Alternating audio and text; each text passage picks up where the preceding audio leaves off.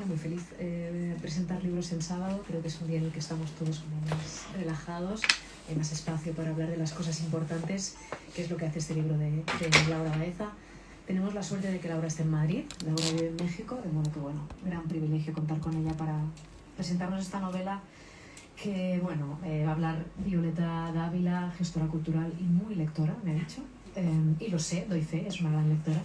Ella va a entrar en profundidad sobre el libro, pero me quedo con algo que nos estaba contando Laura ahora.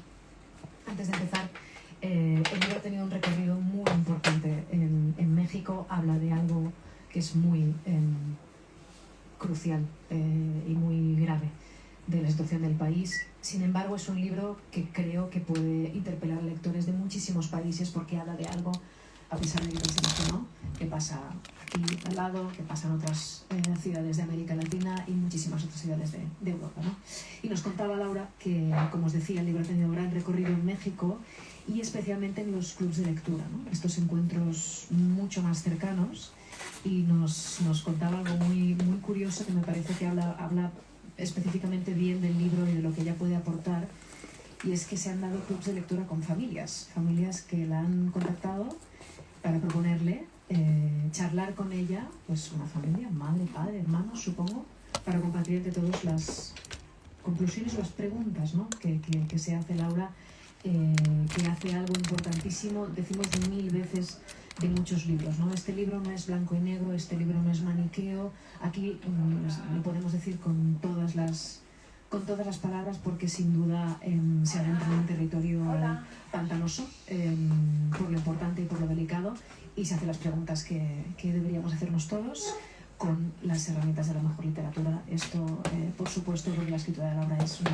una maravilla, y la creación de personajes también, la verdad que es preciosa, esta narración a dos voces. Sobre esto hablan ellas dos. Yo soy Karma Riera, no me he presentado, soy la editora de Alfaguara, y un saludo, que no nos estarán viendo, pero un reconocimiento a las editoras de Alfaguara México, que han acompañado a Laura también durante muchos años. Muchas gracias. Bueno, muchas gracias, Karma, por la introducción. Muchas gracias a Lola por acogernos aquí esta mañana del sábado, que todos venimos, ¿verdad?, más descansados, con menos estrés, quizás más perspectivos para hablar de una cosa importante, ¿no?, con más capacidad. Y yo estoy muy contenta de estar aquí hoy, de haber tenido la ocasión de conocer a Laura. Así Alfaguara me la ha brindado, de haber leído este libro, porque es un libro que no solo me ha parecido extraordinario desde el punto de vista literario, y hablaremos ahora, ¿no?, del talento de Laura, pero me ha parecido un libro necesario, ¿no?, por cuanto a la conversación, como decía Karma, que genera, ¿no? En México, ¿no?, que es tu país, ¿no?, las cifras de muertos y de desaparecidos es tan abrumadora, ¿no?, que corremos el riesgo de anestesiarnos también por las cifras y por las estadísticas, ¿no? Y en ese mar de violencia, ¿no?, tú visibilizas una herida concreta, ¿no?, y además es una herida que se sufre específicamente, son las mujeres las que la sufren, y es una doble violencia, ¿no?, porque son secuestradas, y son mujeres menores, que hablas específicamente de menores que son secuestradas, son arrebatadas de sus familias, de sus entornos, y luego sometidas a explotación sexual, ¿no?, a trata de mujeres, ¿no? Entonces yo creo que es muy importante, y esta labor de ficción, que este tema que nos trae Laura, porque para hacer frente a cualquier tragedia, ¿no?, lo primero yo creo que es necesario es humanizarla, ¿no?, ponerles cara, cuerpo, ¿no?, nombre a todas esas víctimas, que dejen de ser números, que dejen de ser datos, ¿no?, y que no se pierda entre todo ese mar de violencia, como decía antes, ¿no? Y por eso yo creo que es importante hurgar en la herida, ¿no?, que son libros que en principio, pues, nos van a incomodar también, ¿no?, a pesar de que hay mucha luz en tu libro, podemos hablar luego también, pero para evitar también, yo creo, uno de los peligros que estamos sufriendo todos en la sociedad actual, que es tener una empatía selectiva, ¿no?, que es una empatía que nos viene casi inducida por lo que es visible por redes sociales, por lo que se habla, por lo que está en la conversación. Bueno, Entonces creo que es importante este trabajo, ¿no? Y yo creo que hay mucha valentía también en tratar este tema, y yo creo que hay mucha valentía en todas las, y voy aquí a especificar, en las escritoras latinoamericanas, ¿no? Cómo están tratando el tema de la violencia, que es una cosa que parte en dos, ¿no? América Latina, bueno, y en realidad en todo el mundo. Y creo que las mujeres escritoras, las escritoras latinoamericanas están haciendo un trabajo bárbaro, ¿no? Para acercarnos y poner cara a esa tragedia y de alguna forma buscar también la luz, ¿no? Para enfrentar esto, y juntos y juntas. Entonces yo quería preguntarte lo primero, haciendo alusión al título de esta novela, ¿no? Del lugar de la herida. ¿Por qué haces mención, ¿no? A un lugar, a donde se ubica esa herida? Bueno, gracias a todos, todas por estar aquí. Muchísimas gracias a mi familia de este lado, Alfaguara. Gracias infinitas por leerme, Violeta, por meterte en este mundo tan terrible de la historia de Lucero. Y también a la librería, que las librerías son nuestro oasis ante tanto horror por el que transitamos en este valle de lágrimas llamado vida. Y pues gracias por venir a compartir su sábado. Uy, bueno, empezamos fuerte. Esta historia surgió como mucho de lo que he escrito, por la inconformidad, por el miedo, por tratar de ver otras realidades que no me corresponden, que no son parte de mi vida afortunadamente, pero están alrededor de mí, de muchas mujeres que conozco, de situaciones que a lo largo del desarrollo de una mujer principalmente se escuchan. No hagas esto porque te va a pasar aquello, no confíes en este porque te va a ir mal. No. Entonces crecemos condicionadas, aún no. Y bueno, ahorita ya hablaremos un poquito más sobre Lucero. Pero el título, esta novela la escribí creo que en 2022, me parece que en 2022. Yo había escrito un libro de cuentos que también está aquí en España. Venía de hablar de mi novela anterior que también está aquí en España, en Alfaguara. Y a raíz de las conversaciones en torno a esa novela anterior, sobre todo conversaciones en clubes de lectura y con lectoras, pues me surgían más dudas, incomodidades, sentencias que yo iba alimentando de otro tipo de conocimiento. Así más o menos se fue fraguando el territorio para esta novela. Pero yo le había puesto archivo 1, novela 2, algo así. O sea, novela 2 casi listo, final con comentarios. Típico, ¿no? Como la tesis. Y me pasó algo que ahorita les comentaba rápidamente. No sabía qué hacer con esa novela. Yo la escribí sin pretensión de publicarla, pero ya la estaba terminando. Yo la escribí sin que quisiera que se leyera, pero ya la había entregado. Entonces tenía sentimientos encontrados con esta historia, porque lo que se narra aquí es terrible. Y yo pensaba todo el tiempo, nadie va a querer leer esto, nadie va a querer meterse a una historia tan horrorosa, pero quiero escribirla. Y así como un poco renuente la entregué, siendo novela 2, archivo 3, con comentarios casi final, ok. Mis editoras de México, que son extraordinarias, Mayra y Nayeli, que la cogieron con mucha sensibilidad, me dieron también la seguridad de que la novela se publicara, porque yo les decía, bueno, ya la entregué, si se publica, qué bueno, si al final piensan que es horrible, pues les devuelvo el anticipo, no pasa nada. O sea, tenía mucha inseguridad en torno a esta historia y a su recepción. Pasó el tiempo, la novela se publicó, ha tenido conversación con lectoras principalmente, y parece que estoy divagando, pero no, hay un punto. Y ya cuando se leía, me preguntaba mucho, bueno, ¿por qué el título? La génesis del título de un archivo que no tenía nombre era tratar de pensar como en campos semánticos, no ser muy obvia. Yo no quería poner un título como los que había leído en documentos a los que tuve acceso, o que busqué también para escribir la historia, que son títulos que a mí no me gustan. No sé qué cosa de padrotes, proxenetas, o sea, sabemos que así se les dice, que es su nombre, pero yo no quería eso. Yo quería darle una vuelta, porque en realidad la historia, a pesar de que cuenta algo horrible, también al final intenta darle una vuelta al destino de Lucero. Y yo no quería volver a caer ni regodearme únicamente para hacerla atractiva, ni ponerle un título sensacionalista, porque el morbo vende, y yo no quería que la novela se vinculara con el morbo. Entonces busqué y estaba tan llena de la historia que ya no veía más allá. Me invitaron a una feria del libro, como a 6 horas de distancia de la Ciudad de México, y quise una lectura ligera. Alejandra Pizarnik. Entonces me llevé la poesía completa, creo que está en Lumen, ¿no? Sí, sí. Me llevé la poesía completa y yo iba así como algo ligerito para el camino. Y de repente encontré unos versos muy potentes, y Pizarnik es una autora que a mí me encanta. Me encanta desde que supe de su existencia, desde que la leí. Yo dije, esta mujer vivía recluida, vivía con sus propios demonios, ella era también su propio demonio. Y di con un verso que dice, este es el lugar de la herida. Y dije, wow, fantástico. Entonces me lo apropié, perdón, Pizarnik, pero me lo apropié porque iba muy bien con el campo semántico que yo había trazado para la novela.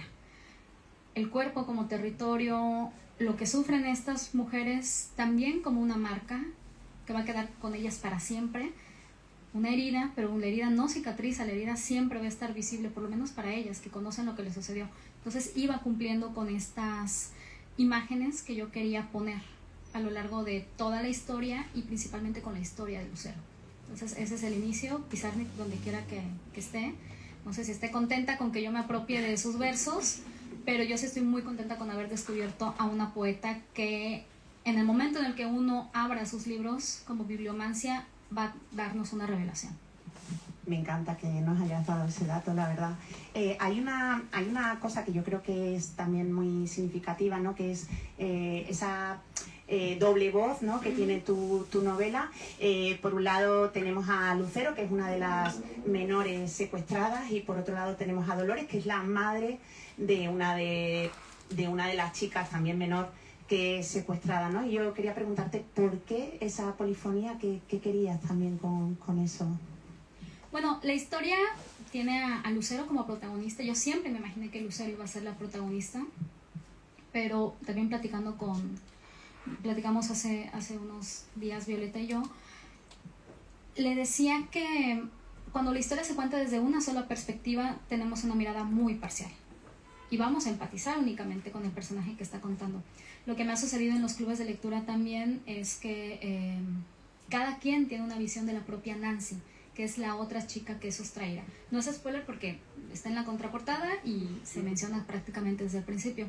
Y hay un término que a mí me gusta, que para mí ya tiene significado, y es el término frenemy, tu amiga que te cae mal. O sea, la que te cae mal, la que llega y quiere ser tu amiga pero es muy fastidiosa. O sea, eso que vemos en la adolescencia, porque esta es una novela de adolescentes.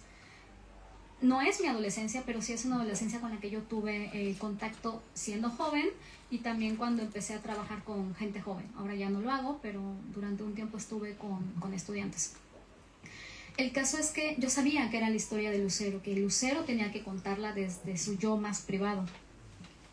Pero Lucero es sustraída, al igual que Nancy. Entonces queda en reclusión, cuenta su historia desde su voz juvenil, y el mundo sigue, que es terrible, ¿no? Cuando una persona es sustraída, cuando una persona fallece, pues el mundo sigue girando y siguen pasando cosas, y es el mundo de afuera.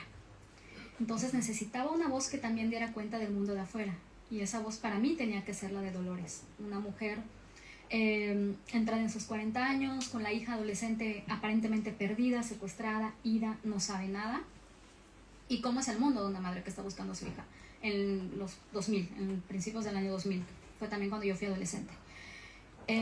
¿Cuál es su calvario? Su calvario es pegar anuncios con la foto de su hija y que alguien los arranque, le pinte bigotes, minimice la situación por la que pasa. Y por otro lado está el infierno que viven estas adolescentes contado desde Lucero. Entonces yo quería esos dos mundos, esos dos registros, dos universos que también se contraponían, porque no hablan igual, no sienten igual. Alguien tiene la culpa, pero no la tiene Nancy para Dolores, para Lucero sí. Que Nancy desapareció, fue motivo de que sucediera eso, según Lucero. Entonces son miradas súper parciales, divididas y opuestas. Y otro motivo por el que decidí que fuese así es que narratológicamente no iba a funcionar meter una tercera voz ambigua, porque la voz de Nancy se iba a parecer a la voz de Lucero, porque iban a estar en lo mismo, y dos adolescentes, y se iba a parecer a la voz de su mamá porque pues su mamá la crió. Entonces ese personaje no me iba a funcionar. Si yo ponía su perspectiva, yo no quería una novela tan coral. Esta es una novela coral porque recoge las visiones y las historias de las víctimas, no de los victimarios, pero sí de muchas personas que se giran en torno a ello. Simplemente yo quería que fuese Lucero y todo lo demás, y ese fue el motivo.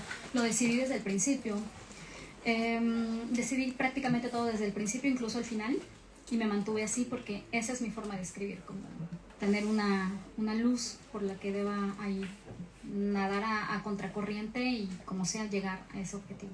De eso me gustaría luego, si quieres, al final hablar, pero quería también, hablabas también de la adolescencia, ¿no? Que es una novela, sí, además que está, bueno, no hay indicación, digamos, cronológica de cuando bueno, cuando suceden, ¿no?, los hechos, pero das algunas pistas, ¿no?, de que bueno, más o menos no hay redes sociales, es un mundo sin redes sociales, un mundo en el que todavía se revelan fotografías, un mundo con tapas en los, sí, móviles, ¿no?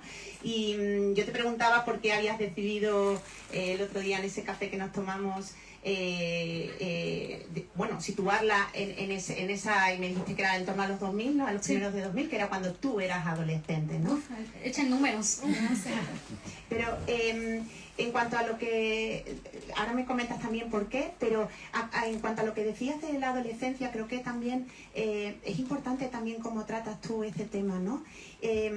Cómo estas son víctimas mucho más vulnerables también por cómo también conciben el amor en ese momento, ¿no? Como tú describes también esa ingenuidad y esa ignorancia que te hace permisiva, ¿no?, en cuanto a la violencia que puedes recibir en una relación romántica, ¿no? Y eso creo que lo muestras muy bien. ¿Y por qué crees que era importante también entonces situarlo en la adolescencia, ¿no?, en la novela? Uy, bueno, yo siento que tanto la infancia como la adolescencia es algo a lo que se sobrevive. Cada quien lo sobrevive con lo que tiene, con lo que le es arrebatado. O sea, hay muchos universos, muchísimos universos caben en un salón de clases. Este es un salón de clases de una escuela donde yo estudié, una escuela técnica en una ciudad muy pequeña, donde convives con lo que hay muchos prejuicios, muchos cuidados, mucha libertad, o sea, hay de todo. Entonces, la vida de Lucero es totalmente diferente a la vida de Nancy. Físicamente son distintas. Lucero es una adolescente que se percibe desagradable para el mundo, tanto en lo físico como en lo social y en la integración que no tiene por una historia familiar que poco a poco se va revelando, y no del todo, porque como Lucero es la que la cuenta, lo mantiene también a raya. Y Nancy es todo lo contrario, es esta niña físicamente agradable, simpática, que le cae bien a los maestros, una niña que importa, una víctima que sí es necesario buscar, ¿no? Y también en el horror vamos dividiendo y vamos segmentando quién sí se lo merece y quién no se lo merece. Pero estas son conclusiones a las que yo llegué ahora, prácticamente ayer, porque también por el tipo de educación, por el medio, uno atraviesa la vida con todos los juicios y prejuicios posibles. Y necesitaba también ponerlo, o sea, darme cuenta de que incluso en estas situaciones, dependiendo de quién eres, es la importancia que tienes. Me parece abominable, pero es una realidad. Y en el caso de Lucero, esa es su adolescencia, marcada por muchas situaciones, pero no deja de ser una chica que a mí me conmueve, porque la veo reflejada también en otras historias. Lucero sigue buscando revistas de moda porque quiere ser costurera, probablemente no diseñadora, pero sí quiere hacer algo con las manos, quiere crear.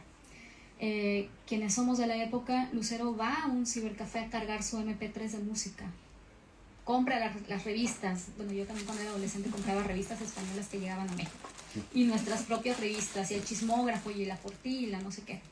Esa es la adolescencia de Lucero, atravesada por muchísimo dolor y por otras circunstancias que ella no pidió, pero están ahí. Y a mí me parece importante también darle el foco a una víctima no ideal ni idealizada, que es Lucero. Y por otro lado está Nancy. Entonces yo quería situarla en lo que yo conocía. Cada vez me resulta más lejano y cada vez esos recuerdos se van a ir quedando diluidos con el paso del tiempo. Pero del 2001, 2002, 2003, que es la época en la que yo fui adolescente, 2004 para verme generosa conmigo, la época en la que yo fui adolescente era ese universo. Entonces, eso fue un motivo importante para poner la novela en aquella época. Y otro que a mí me parece esencial, históricamente hablando, es el de... Hay varios libros al respecto. Ustedes los pueden encontrar si googlean un poquito o si ponen también algo sobre esta situación. Y es que la trata de mujeres en México, que es un tema de mucho tiempo atrás, tiene una ruta también, o tuvo una ruta, que era llegar a los Estados Unidos para la explotación sexual. Hay libros que también hablan sobre la explotación sexual en Nueva York o en la zona este de los Estados Unidos. Y coincide con la época en la que yo fui adolescente, pero mi mundo de revistas y de música no tenía conciencia de eso.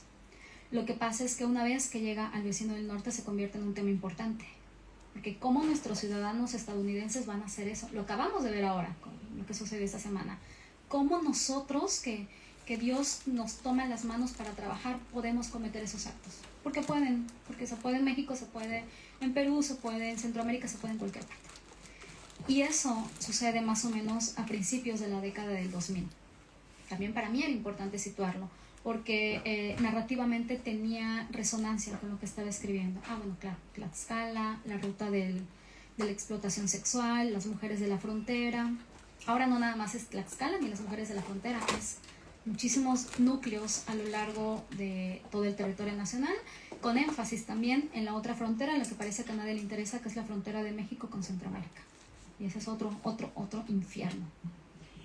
Decías en algún artículo que te he leído que al escribir eras todavía más consciente, ¿no? de que no somos todos iguales, ¿no? Ante la desgracia. Y es verdad que es algo que está que es muy palpable en todo el relato, ¿no? En cómo importa Lucero, como lo poco que importa Lucero, ¿no? Y su desaparición, y cómo, bueno, pues no es el caso de Nancy, ¿no? Que hay una búsqueda por parte de sus padres. Y hay una cosa que dice Mónica Ojeda, que además ha escrito también sobre tu libro, ¿no? Que dice que la primera violencia de América Latina es la desigualdad, ¿no? Sí. Y yo añadiría, y creo que también esto se refleja de forma muy asfixiante en este libro, ¿no? También es la impunidad, ¿no? Pues la desprotección que hay cuando tú estás en un sistema que no funciona, ¿no? Que no judicializa, que no persigue al criminal, ¿no? Entonces se vive muy bien desde la parte de Dolores, ¿no? Es también una víctima perdida ya, ¿no? Sí.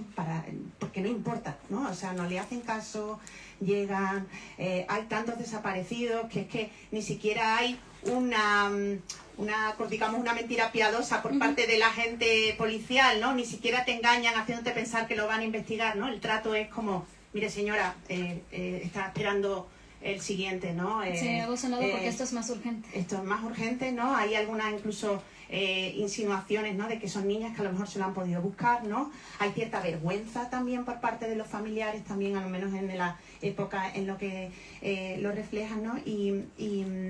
Y creo que también es importante saber si eso sigue igual 20 años después, si es ese México también. Yo creo que sí, o sea, no ha cambiado totalmente. Tenemos más herramientas, tenemos el internet, que también ayuda cuando es necesario que ayude, cuando nos proponemos. Es una herramienta, pero nosotros la manipulamos y la usamos. Entonces, hay muchos colectivos. Yo siento que sí hay un ligero cambio, pero claro, yo lo digo desde mi privilegio, ¿no? No estoy en esa situación, espero nunca estar. Como agente externo, siento que sí se hace, pero se hace desde la sociedad civil. Ahora en México tenemos a las madres buscadoras que existen para cubrir una necesidad de un no y de puertas cerradas de parte del gobierno, de las autoridades. Y es muy triste porque eso también lo comentamos siempre en los clubes de lectura, cómo la realidad resignifica el lenguaje y el lenguaje va a verse reflejado en la realidad pero con matices. Ahora en México, cuando vemos la imagen de una mujer con una pala, no pensamos en una mujer que es albañil, pensamos en una mujer que va al desierto a desenterrar porque le dijeron que probablemente ahí estén sus hijos, y eso es terrible. Y sucede en todas partes. Están las madres buscadoras de Jalisco, de Sinaloa, de Sonora, del Estado de México, de la Ciudad de México. Están en todas partes, porque en todas partes hay desaparecidos. Y no hablemos, como ya dije, de la frontera sur, porque pues ahí qué control se lleva cuando hay personas que no sabemos cuántas cruzan, cuántas no. O sea, es bastante complicado. Son invisibles. Exactamente, ante el sistema y ante la sociedad, porque uno dice, bueno, yo tengo mis propios problemas. Y también nos volvemos indolentes porque estamos asfixiados de lo mismo. Creo que sí ha cambiado un poco, pero ha cambiado por esta organización que hay, por las sociedades civiles, porque hay mucha conciencia cuando lo ves más de cerca. También la novela se ha leído en espacios donde platico con profesoras, mujeres como de mi edad más o menos, que dan clases en secundarias y en prepas. Y son las que tienen los testimonios más duros. Y dicen, no, pues es que nosotros abordamos este tema, pero la institución nos dijo que ya no, porque a los padres no les gusta. No, nosotros sí lo abordamos porque los padres pidieron que se sensibilizara a los alumnos en torno a ello. Y así, entonces llega mucha información, discutimos mucho acerca de estos temas, pero pues también qué tanto podemos hacer. Las personas que pueden hacerlo, pues podrían, ¿no? El tema es que no se cumple totalmente. Bueno, es que hay muchos temas que tratar y que sacan tu novela, ¿no? Pero uno de ellos también es ese ambiente que tú describes, en el que hay una tensión también entre víctima y victimario, ¿no? Hay muchísima crueldad entre mujeres también, que han sido víctimas ellas y luego se convierten en verdugos también, son cómplices también de toda esa violencia, cómo se va cronificando, ¿no? Cómo se incrusta, ¿no? En el tejido social. Y luego también hay una cosa que también me parece que refleja muy bien, que son esos silencios cómplices, y esa entrar en el crimen, porque tampoco hay elección, ¿no? Casi no hay tampoco espacio para la valentía, ¿no?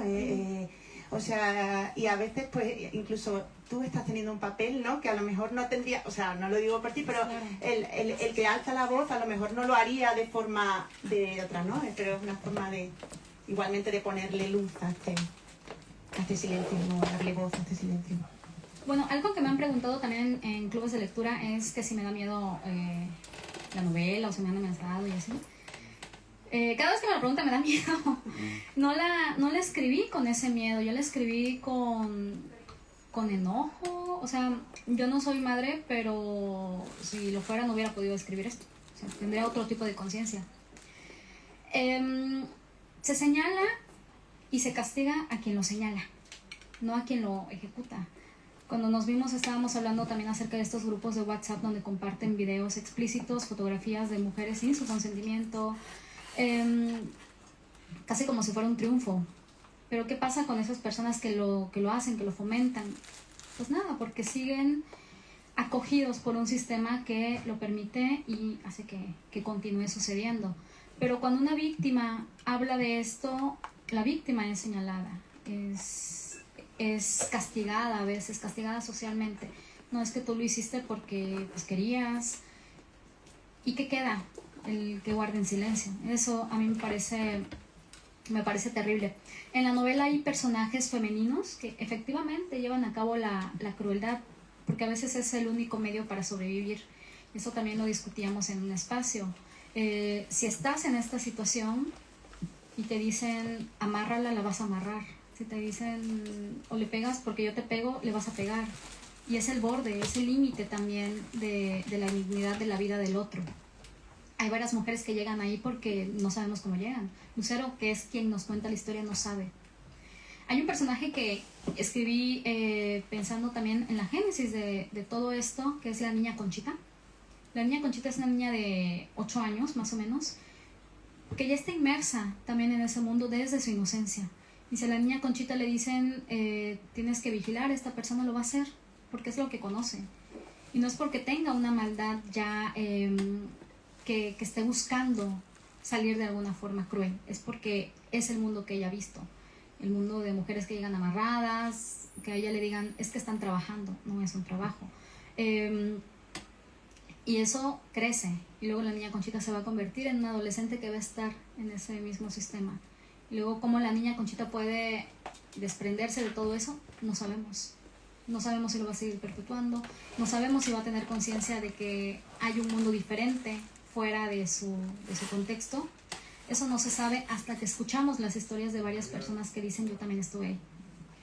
hay una cosa también ya yendo a lo técnico, que yo el otro día también en este café famoso que nos tomamos, yo le decía a Laura que me había impresionado mucho esa capacidad que tiene para generar un ritmo vertiginoso, ¿no? No hay apenas tiempos muertos en la novela. Es una novela que muy intensa, que te agarra y no te suelta, que es que la coges y te la vas a leer en 2 días.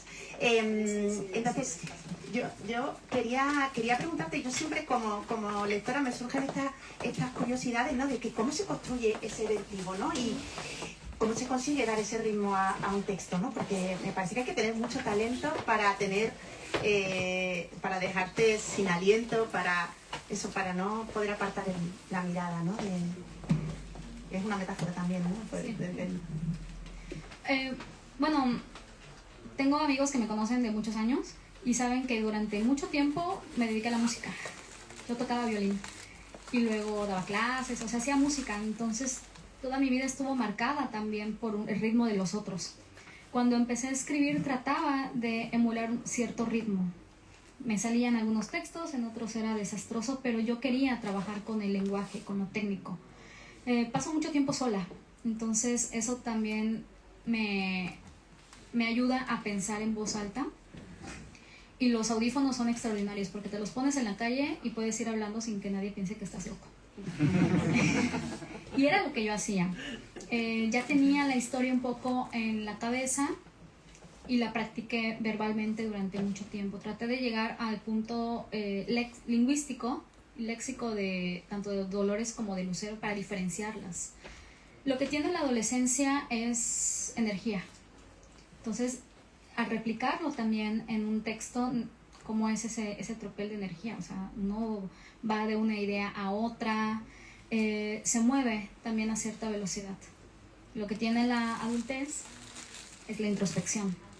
Y Dolores es más introspectiva. Ella piensa más lo que va a decir porque durante tanto tiempo le dijeron cállate, que tiene que pensar mucho cómo decir las cosas. Y mientras más razonaba estos cambios, más intentaba practicar el léxico de los personajes. Bueno, hay muchísimo talento ahí, me parece. Gracias. Una cosa que llama mucho la atención. Hablábamos antes, ¿no? de que a pesar de que hay una brutalidad, ¿no? Porque, bueno, es una novela cruda, quiero decir, es una novela que te pega una patada en la barriga, una novela que incomoda, pero hay también luz, ¿no? Y hay también esa oportunidad que quizás se ve en Lucero también, que es un personaje entrañable también, ¿no? Y que va evolucionando mucho, ¿no? De ese personaje que es desagradable, de cómo lo percibe la gente, no solo sabes cómo ella siente que le percibe la gente, ¿no?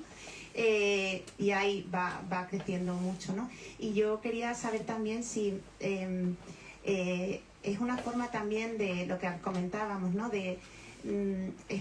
¿Crees que estás rebelándote contra la realidad? ¿No es una forma también de intervenirla, de transformarla, ¿no? ¿Consigue algo la ficción? Tú, cuando estás con los clubes de lectura, tienes mucho contacto con los lectores. No sé si ha habido una víctima que se ha podido ver reflejada, si te ha comentado, ¿no? Todo ese... ¿Sirve para algo la ficción? Uy, bueno, es un tema complicadísimo porque yo cuando me documenté para la novela únicamente me documenté, no tuve acceso a víctimas ni a carpetas de investigación ni nada porque no iba por ese camino. Yo quería tomar lo que ya se había dicho, que es un universo. Incluso consulté tesis. O sea, eso está en las bibliotecas, está en la calle, está en internet, está en YouTube, está en todas partes. Y es complicado también escribir sobre algo que no te sucede, sobre todo en temas tan sensibles. Una de mis preocupaciones mientras escribía la novela, bueno, era muy consciente de que tenía que haber un trato bastante ético sobre estos temas. Por eso no puse nada sexual, a pesar de que se trata de esto, pero no tiene nada sexual la novela, para no estar en el borde del morbo y que se leyera de mano en mano como morbo.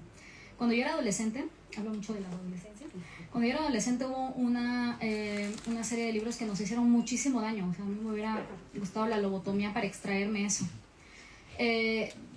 No voy a mencionar al autor, pero nos hizo mucho daño con su serie de libros de Juventud en Éxtasis.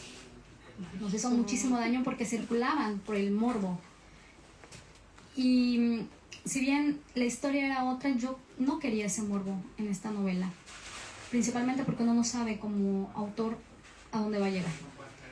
Y me pasó al principio cuando empecé a hablar del libro que en clubes de lectura me dijo una persona, probablemente en el primero o segundo club de lectura, que venía de esto, que le había pasado.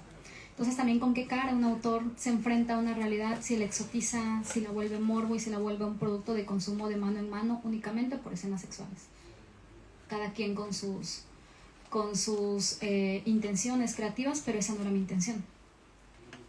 Mi intención sí era generar un diálogo.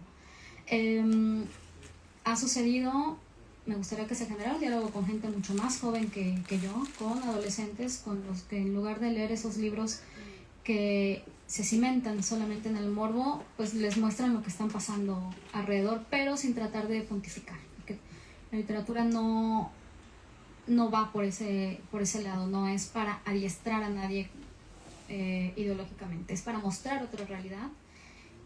Lo ideal sería que empaticemos también con realidades que son diferentes, que nos demos cuenta de el privilegio, porque tan solo vivir en libertad ya se ha convertido en un privilegio, y hacer algo con ello. Lo cual es muy duro, porque también los libros tendrán que ser una puerta a la imaginación, ¿no? Imaginar cosas extraordinarias. Me ha pasado que muchas personas luego me han escrito así, de diferentes clubes. Oye, es que te vamos a leer en mi club, pero pues yo no voy a estar porque es una novela muy difícil y pues para leer cosas duras prefiero hacerme un lado. Y es totalmente válido, o sea, yo no tengo ningún problema con que alguien no quiera entrar a la lectura de algo complicado, porque sí, también la literatura la ficción se puede volver un remanso para situaciones muy difíciles, pero hay de todo. Y cada uno de nosotros tiene la enorme libertad de decidir. Creo que en el momento en el que nos condicionen la imaginación, ya todo se habrá terminado. Esta es una opción de lectura, hay muchas otras, y yo apelo a que también, si resulta complicado, alguien lo cierre y diga, no es para mí, va para otra persona y toma otra cosa. Yo sí estoy muy a favor de que podamos tener todavía esa libertad de escoger con qué imaginar.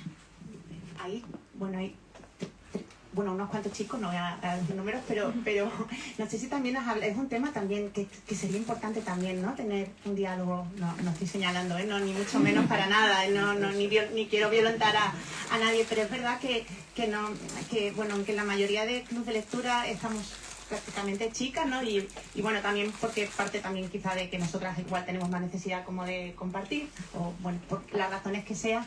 Pero sería también interesante, ¿no? No sé si has tenido oportunidad de que eso se abra un diálogo, o si es un tema que se está abriendo también en México. Aquí en España yo creo que se está abriendo, ¿no? Teníamos un poco el vídeo reciente de Paco León, ¿no? Que dice lo de hace falta huevos, ¿no? No sé si lo habéis visto, pero es un poco, ¿no?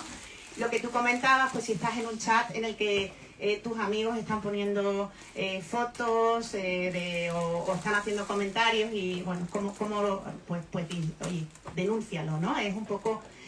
Creo que también nosotras estamos muy concienciadas, ¿no? Creo que ha habido en estos 20 años desde que tú, yo creo que hay mucha más denuncia, mucha más conciencia de estar siendo objeto de abuso, que esto también es importante, ¿no? Cuando sabes que estás siendo abusada, ¿no? O cuando estás en una relación, bueno, como tóxica o más allá. Pero yo creo que es importante también que en este diálogo compartido también estén los hombres, ¿no? También, ¿no? Y haya un cambio ahí también para que ellos también tengan la oportunidad también de deshacerse también de esto, que también por una parte yo me imagino que muchos lo sentirán como una lacra, un lastre y algo de lo que querrán deshacerse, ¿no? No sé si tú tienes también feedback de hombres y tal en este sentido. Uy, bueno, la deconstrucción es súper compleja. Y siento que sí, cada vez hay más hombres que le dicen a otro, no, José Antonio, ya no da risa, ya párale. Lo he visto y me da mucho gusto. Siento que también esa pequeña realidad hormiga va haciéndose más grande. Pero en espacios lectores es una realidad, tanto aquí como en España como en Latinoamérica. Yo estoy al tanto también porque sale mucho en prensa aquí. Hay un diálogo constante en cuanto a los espacios de lectura y de difusión de obras. ¿Cuál es el papel de los géneros, no? Yo puedo decir que al menos en los espacios donde yo estoy, en los que participo, sí es por lo menos un 70-30 de diálogo femenino y diálogo masculino, pero ese 30 es valiosísimo, porque entran con otra realidad, porque también hay una conciencia diferente de lo que están contando los otros y las otras. Hay espacios donde únicamente se lee literatura femenina, donde se lee literatura de otras identidades, disidencias, queer, de todo, y probablemente la brecha siga siendo esa, pero apelo a que la brecha se rompa y que no nada más se trate de una lectura por géneros, que sea una lectura por el tema, porque nos interesa el diálogo. A mí me hacen comentario lectores varones, pero a veces por mensajes privados, de oye, leí tu novela y tal y tal. O en los clubes virtuales están ahí, pero no comentan. Entonces creo que también sí es algo patriarcal el hecho de sentirse aún, de estar en el espacio, pero de sentirse aún un poco en la periferia y de no querer. Tal vez me dicen que es una vulnerabilidad, ¿no? Decir, a mí me provocó esto y lo otro. Lo que nos corresponde de manera general también es romper eso. Y esto hablando de novelas realistas, porque lo he visto en otros espacios de literatura especulativa, donde el diálogo y la urgencia también por comentar es diferente. El terror también, seas quien seas, hay un diálogo. La literatura realista, la que nos apela todos los días, puede ser un poquito más difícil de romper esta brecha. Pero de que hay un cambio, siento que hay un cambio. O sea, ya regañar a José Antonio por decir estupideces está bien. Y lo que es indudable estos días, y ya para terminar, y si quieres damos paso también a si hay alguna duda, una pregunta, o que firmes y disfruten de ti las personas que han venido hoy. Pero estábamos comentando al inicio, ha habido estos días un fenómeno en las redes provocado por una influencer, ¿no? que decía, bueno, que realmente lo estábamos diciendo, realmente dijo una cosa muy que no tenía tanta trascendencia, pero bueno, pero venía a decir que que superásemos los lectores, que no éramos mejores que los que no leían, ¿no? Entonces, independientemente, porque ya se ha hablado muchísimo, y yo creo que han corrido ríos de tinta y megabytes en redes, lo que está claro es que los libros ahora mismo nos dan, tienen la capacidad de crear estos espacios, ¿no? Hablamos de los clubes de lectura, pero las presentaciones, las librerías, todo, ¿no? Estos espacios seguros, porque son espacios seguros en los que hablar de estos temas que seguramente no se podrían hablar como los hablamos viendo de distintos sitios, ¿no? De distintos lugares ideológicos o lo que fuera, y tenemos una oportunidad de iniciar la conversación, ¿no? Yo creo que eso es lo importante. No sabemos si los libros nos hacen o no mejores, pero desde luego esto sí está pasando, y yo creo que eso es una cosa de la que nos podemos permitirnos, pues, no sé. Así que, bueno, por mi parte, yo no sé si quieres decir tú algo más, por mi parte yo le doy el turno a las personas que están aquí, por si tienen alguna pregunta. Bueno, también voy a incendiar las redes. Venga. Pues es que sí, ¿qué será de nosotros sin los influencers, no? Qué diversión. ¿Cómo sonreiríamos con las cosas que dicen? No entiendo la naturaleza del comentario más que incendiar las redes. Probablemente quería referirse a que el mundo no ha cambiado radicalmente, es una realidad. Pero menospreciar la lectura me parece infame, porque la lectura es imaginación. Lo que nos mantiene vivos todavía, a pesar de todo, es la imaginación, es poder tener ese remanso. Somos muy cerrados en muchos sentidos, somos muy individualistas, en el peor de los sentidos también, muy egoístas, pero la lectura al final es diálogo y nos hace empatizar con otras realidades, o por lo menos conocerlas. No sé si ser mejores o peores, pero sí tener acceso a algo diferente. Nos procuran también espacios de diálogo. Yo soy testigo de cómo se forjan amistades en lugares donde puedes hablar de algo que te incomoda o de algo que te interesa a través de la ficción de otros o de la imaginación. No podemos nada más quedarnos solos en un agujero leyendo nuestros libros de filosofía para no ponerlo en práctica con nadie. Creo que los espacios de encuentro, ya sean virtuales o físicos, son necesarios para una sociedad que cada vez está más deformada por el yo. Y fragmentada y dividida, ¿no? Fragmentada, dividida, con los prejuicios que cada vez se vuelven, o eres blanco o eres negro, y qué bando escoges. Pues sí, yo siento que la literatura, la imaginación, probablemente no nada más en los libros, sino en todo lo que nos rodea, en el arte, nos da una visión diferente, porque una vida sin imaginación sería, pues, ¿para qué? O sea, ir caminando hasta que se te acaben los años y ya. Y no había esperanza tampoco. De por sí es un mundo tan complicado, pero la imaginación es eso, la imaginación al final es lo que le da un poco de color a esta situación, y también colgarse de algo tan sensible, que soy consciente de que probablemente la literatura salva vidas, porque salva el ánimo de una persona que está al borde, y decir que no sirve para nada se me hace sumamente mezquino. Pero pues influencers, ¿no? Bueno, muchísimas gracias Laura y Violeta, y a Carme también por esta mañana de conversación sobre un libro muy excepcional, ¿no? Donde está la vida, donde está la literatura, donde está la herida, y donde está sobre todo la voz, ¿no? La voz de los que muchas veces se quedan ahí en tierra de nadie, en ningún sitio. Puede parecer frívolo, pero los sábados al mediodía, después de estas conversaciones, tenemos siempre un vermú, que es una bebida muy tradicional aquí en Madrid, en la hora del aperitivo, y si os parece podemos seguir hablando mientras tomamos este vaso de vermú, si os parece bien. Muchísimas gracias. Enhorabuena Laura por este libro y por todos tus libros, y desde luego por todo lo que estás haciendo en este momento. Muchas gracias por tu fuerza y por tu energía. Gracias. Muchísimas gracias.